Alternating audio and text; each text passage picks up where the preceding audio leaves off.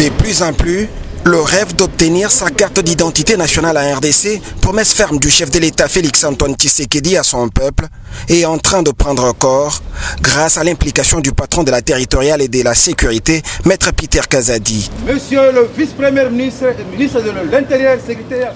Mercredi 20 mars, dans l'après-midi d'une journée ensoleillée, sur ces sites de la Société commerciale des transports et des ports Exonatra, le vice-premier ministre et ministre de l'Intérieur vient visiter les premiers modèles des conteneurs devant servir de matériel pour réaliser les opérations d'identification de la population.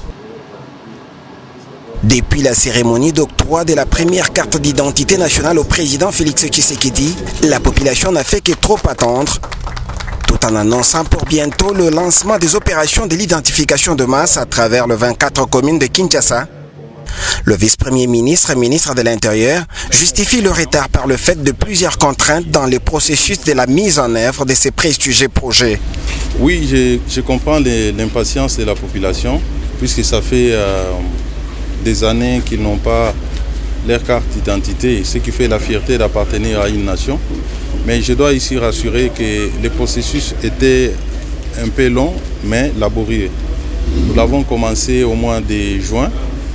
Il fallait passer commande des différents matériels qui devaient servir de démarrage aujourd'hui.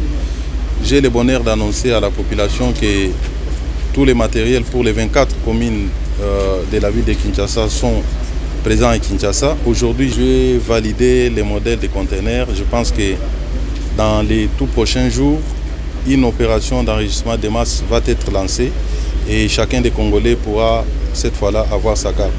Ils sont soumis à beaucoup de contraintes. Il y a les problèmes d'électricité parfois qui retardent le travail. Il y a les problèmes de la pluie qui retardent. Mais j'ai insisté pour qu'on ne dépasse pas 2 mois afin que les Congolais, dans la grande majorité, puissent disposer de sa carte. Nous n'avons pas voulu associer ce travail au bureau des communes. Nous avons voulu que nous ayons des unités autonomes avec l'énergie solaire pour qu'il n'y ait pas d'interruption. Vous savez, le travail est essentiellement électronique. Il faut avoir de l'électricité en permanence. Donc tout ça demande du temps, mais il y a une détermination pour que les choses se fassent le plus rapidement. En attendant, Peter Kazadi a demandé aux prestataires de rouvrir des bureaux pour les VIP. En attendant, comme nous l'avions déjà commencé, j'ai demandé aux prestataires de rouvrir les bureaux pour VIP.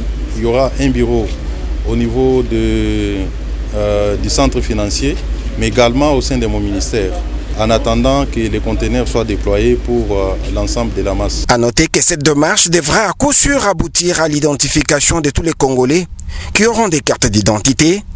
Après Kinshasa, l'opération s'étendra rapidement sur l'étendue du territoire national.